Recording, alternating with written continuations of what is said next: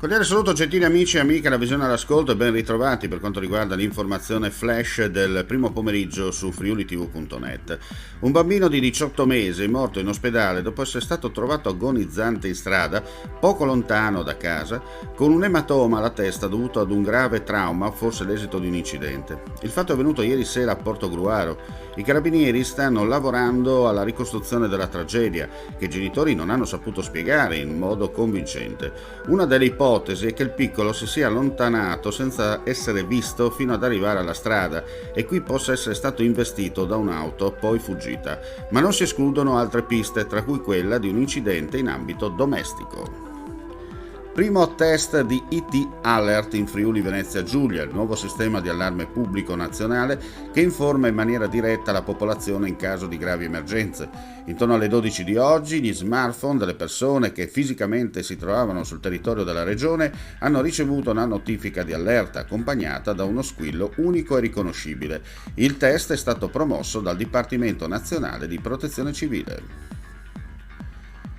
Ulteriori risorse per il rilancio del porto di Monfalcone, dopo il maxi finanziamento da 35 milioni di euro per la realizzazione della nuova infrastruttura ferroviaria e dell'elettrificazione delle banchine portuali, sul porto arrivano altri 883.750.000 euro di fondi del PNRR.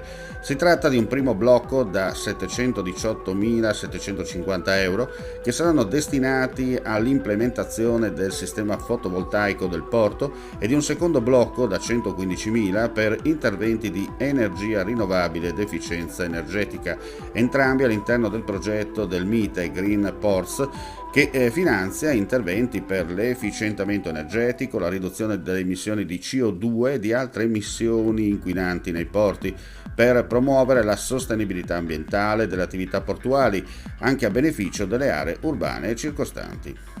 Pordenone Legge sceglie l'attualità e apre l'edizione 2023 il 13 settembre al Teatro Verdi di Pordenone con l'autore ucraino Andrei Kurkov. Nelle 5 giornate del festival, fino a domenica, ci saranno 334 eventi, 610 autori, 65 libri in anteprima assoluta. La festa dei libri è dall'altra parte la festa della libertà, spiega Michelangelo Grusti, presidente di Fondazione PordenoneLegge.it. Non è un caso che mettere i libri all'indice e al rogo sia una delle prime cose che fanno le dittature. Avremmo voluto aprire questa edizione da Kiev, ma non è stato possibile per le condizioni di sicurezza. Chiudiamo qui questa edizione flash, ulteriori news sul nostro sito friulitv.net, grazie per la visione e all'ascolto e non resta che augurare a tutti voi un buon proseguimento di giornata.